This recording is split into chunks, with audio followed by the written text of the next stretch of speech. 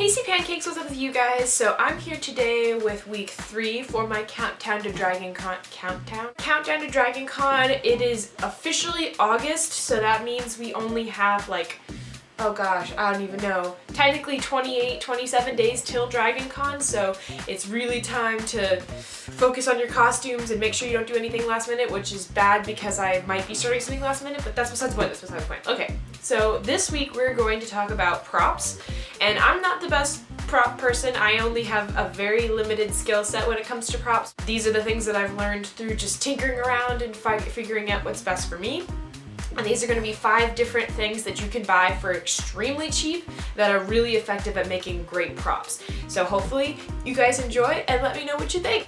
So first off, we're going to start with the most fundamental of essentials, and that is Mod Podge. It is seriously a lifesaver, and I've had this bottle for 2 years, and it's about here in terms of how full it is, and it has been used on so many things. It is a sealer slash glue slash finish, and they have different kinds that are good for fabric. They have one that's like a hard coat, they have a matte one, they have so many different kinds. This one was $8 from Hobby Lobby, and I know that to me that sounds like a lot of money, but when you think about me using this over the past 2 years for costume stuff, it really goes a long way, and it definitely helps keep the paint sealed in, which I think is really important. When you're making props, you're obviously gonna have to paint them at some point, so it's really helpful when you can just put some Mod Podge over it, like 2 or 3 layers, and seal it together, and that way it's not going to chip or even break apart, and it also keeps everything even more cemented into place than they normally would be, and it's amazing. So thing number 2 is going to be air dry clay.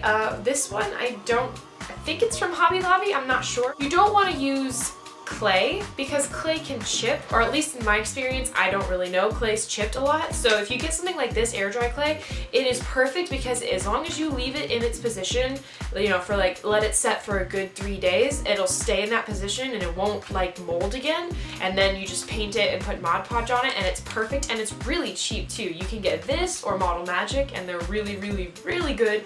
I use this for my brooch for my upcoming costume, which I will show you when I show you guys the costumes I'm wearing to Dragon Con. I've used this for doing my candy pieces on my Vanellope wig, and I just painted them and put Mod Podge over them, and they were perfect, and it was just really nice because it still molds really well, but it dries and it's really light, and you need something that's lightweight, otherwise it's just gonna fall off when you're at the convention, which is like the worst possible thing ever. Third, as I'm sure many people know, is craft foam. Craft foam is seriously one of the greatest inventions to man. It has so many uses. It's 89 cents. This one is 2 millimeters thick, so it's a pretty thin one, but this can be used for pretty much anything that you could ever want. I've used this for my medal for Vanellope, my armor for Loki, my staff for Loki. I don't even know what else I've used it for. I've used it for so many things. Like, I've used this stuff for a lot of different things. My belt buckle for my newest costume, it comes in handy. They've got super thick ones, super thin ones. It's really good for people who are starting out because you just can get a lot of use out of it, and the sheets are really, really big too. I don't even know if you can see how big they are, but they're huge. So you can get a lot of use out of these things, and it's just really nice because it molds really well, and if you get like a thick one, you can use it to make armor and stuff like that, and even if you don't have the fancy Warbler, which is a lot of money, this is like the best kind of start-off thing, either this or like a foam that you would use for like a yoga mat, but this is like the basic start-off thing to make props with because it just is, it's perfect. Number 4 is going to be a hot glue gun, and oh god, a gross hot glue gun. I've had this one since I started working on Loki 2 years ago, which was like in the middle of the summer in 2012. It's not a high heat glue gun, it is a low heat glue gun, which means you're not as likely to give yourself 3rd-degree burns with it. But I have used this thing so much because this and this go together really well. along with this, these three things I have used in unison so many times. And really, everything that I've made with it has stood the test of time, and it's worn through conventions extremely well. And it's really, like, a hot glue gun is the most like important thing that you can invest in, because it's really easy to get glue sticks.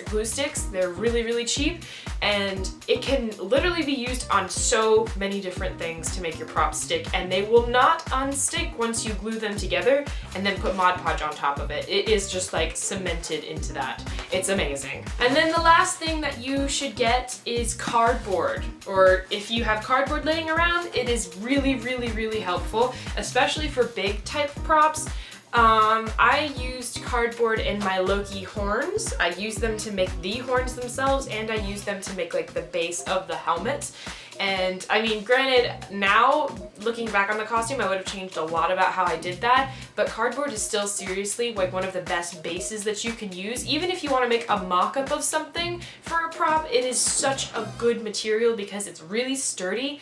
And as soon as you put some masking tape on it, which is another amazing thing to have, if you have masking tape, you're pretty much just set for life, because masking tape can hold this up while also still maintaining the shape that you need it to maintain.